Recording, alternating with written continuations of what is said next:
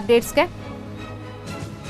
ರಾಜಕೀಯದಲ್ಲಿ ಮಂಡ್ಯ ರಾಜಕಾರಣ ಇದೆಯಲ್ಲ ಯಾವಾಗಲೂ ಹೈಲೈಟ್. ಮಂಡ್ಯ ರಾಜಕೀಯದಲ್ಲಿ ಈಗ ಕಮಿಷನ್ ದಂಗಲ್ ಜೋರಾಗಿ ನಡೀತಾ ಇದೆ. ಆರೋಪ ಪ್ರತ್ಯಾರೋಪಗಳು.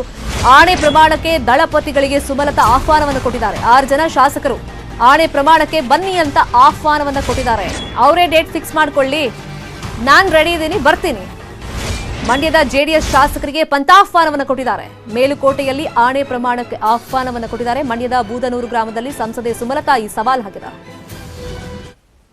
ಪುಟ್ಟರಾಜ್ ಅವರು ದೇವಸ್ಥಾನದ ಹತ್ರನೇ ಹೋಗಿ ದಿನಾಂಕ ನಿಗದಿ ಮಾಡಿದ್ರೆ ನಾವು ಬರಕ್ಕೆ ರೆಡಿ ಇದ್ದೇವೆ. ಅವ್ರನ್ನೇ ಮಾಡಲಿ. ಅವ್ರು ನಾನು ಒಬ್ಬಳೇ, ಅವರು 6 ಜನ ಇದ್ದಾರೆ. ಎಲ್ರಿಗೂ ಯಾವ ಡೇಟ್ ಅನುಕೂಲ ಇರುತ್ತೆ ಅವರೇ ಫಿಕ್ಸ್ ಮಾಡಲಿ. ಯಾವ ಡೇಟ್ ಇದ್ರೂ ನಾನು ಬರ್ತೀನಿ. ಅವ್ರು ಹೇಳ್ತಾರೆ ಕರ್ದಿದ್ ನೀವು. ಅವ್ರು ಮಾತ್ರ ಅಲ್ವಲ್ಲ, ಎಲ್ಲರೂ ಬರ್ಬೇಕಲ್ವಾ. ಪಾಪ ಅವರು 6 ಜನ ಇದ್ದಾರೆ. 6 ಜನನು ಬರಲಿ ಒಟ್ಟಿಗೆ. ಎಲ್ಲರೂ ಬಂದ್ರೆ ಅಲ್ಲ, ಎಲ್ಲರೂ ಬರಲೇಬೇಕು.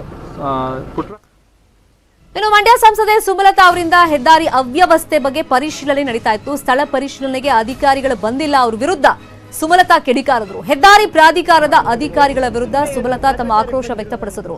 ನಿರಂಜನ್ ಅನ್ನೋರ್ಗೆ ಹಿಗ್ಗಮಗ ತರಾಟೆಗೆ ತಗೊಂಡ್ರು. ನಿರಂಜನ್ ಮತ್ತೆ ದಿಲೀಪ್ ಬಿಲ್ಡ್ಕಾನ್ ಸಂಸ್ಥೆಯ ಸಿಬ್ಬಂದಿ ನಾನು ಇನ್ನೆಷ್ಟು ಸಲ ಸ್ಥಳ ಪರಿಶೀಲನೆಗೆ ಬರಬೇಕು ಅಂತೆಲ್ಲ ಪ್ರಶ್ನೆಯನ್ನ ಮಾಡಿದ್ರು.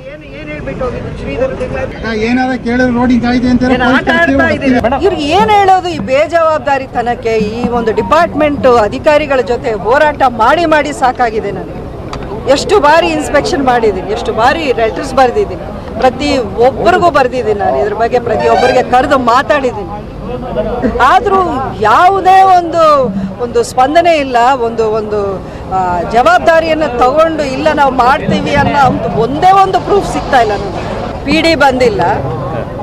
ಇಲ್ಲಿಯ ಒಂದು ಸಮಸ್ಯೆಗಳ ಬಗ್ಗೆ ಪುನೀತ ಪರ್ವ ಕಾರ್ಯಕ್ರಮಕ್ಕೆ ಸಕಲ